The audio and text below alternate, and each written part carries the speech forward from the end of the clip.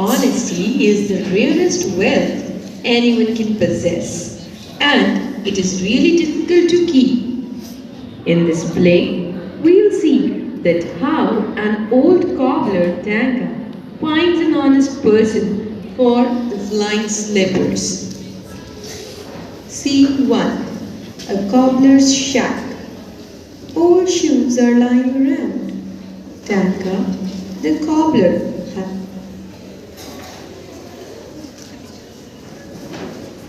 honesty is the This shoe won't last long, not even if I try. 50 nails into it, but I'll try. Are you think how the cobbler? Indeed I am. Would you like me to mend your shoes? Forget about mending. I have been told you make slippers that can fly. Who told you that?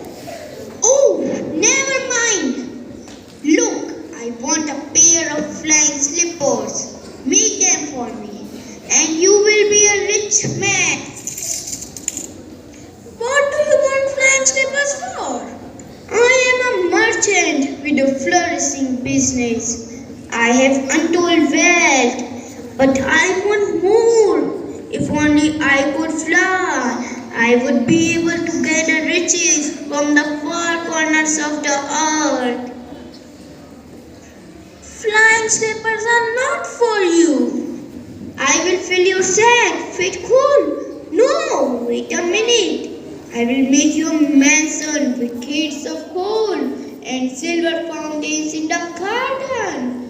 I will give you bags of coal coin like this one.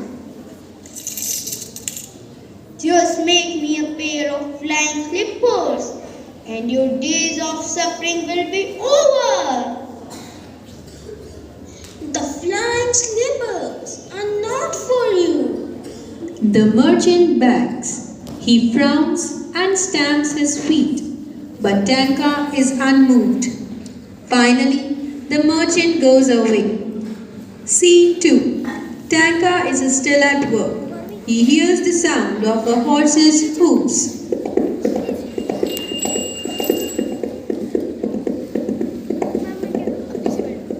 The man looks proud and powerful. He is actually the king of the land. I am the king of this land and I have come to meet Tenka, the cobbler. Where is he? Here I am. Okay, what can I do for you? I have just come to know that you can make flying slippers. How is that? You never made such a pair for me. You must be punished. As you wish, sire. I'll forgive you if you obey my orders now. In 2 days' time, you must make me a pair of flying slippers. Use the finest leather and embroider the pair with a golden thread. A golden clasp will complete it. How does that sound? But hold on. Why wait for 2 days? Why don't you give me the slippers by this time tomorrow? Sire, you have everything a man could possibly wish for. Must you have flying slippers as well? You ignorant fool! Of course, I must have flying slippers. Don't you know I have enemies? With flying slippers, I will be able to take my enemies by surprise and destroy them.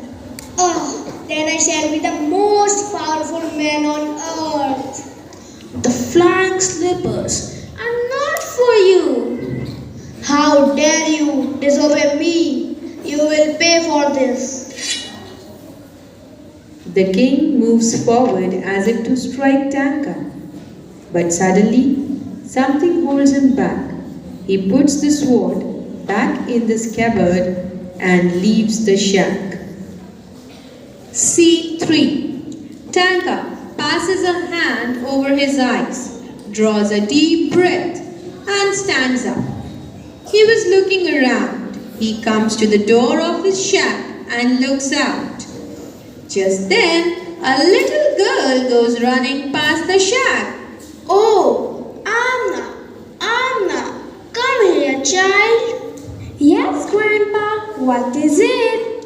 Where are you going? I am going to the village shop because Mother wants some salt. Fine, but first tell me, if I made a pair of flying slippers for you, what would you do with them? Fine slippers for me? You mean slippers that would take me up and down? I will be flying in the air. Exactly. Oh, I would fly up into a blue sky just like a bird. What fun that would be! God bless you, my child. You have a pair of flying slippers in 2 days' time. But you should always be careful with them. Use them for helping others. Okay, Grandpa, I will take care of these slippers and will help the poor and needy. Next day, Amna got the flying slippers. The slippers were so astonishing that the girl was totally amused.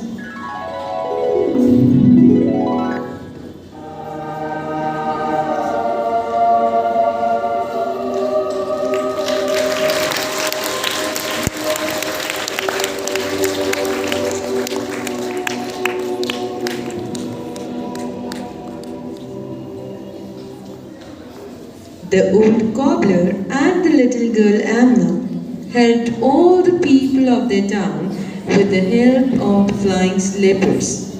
The merchant and the king both have understood that the one who possesses an honest heart with zero greed in it can own the world and bring happiness all around.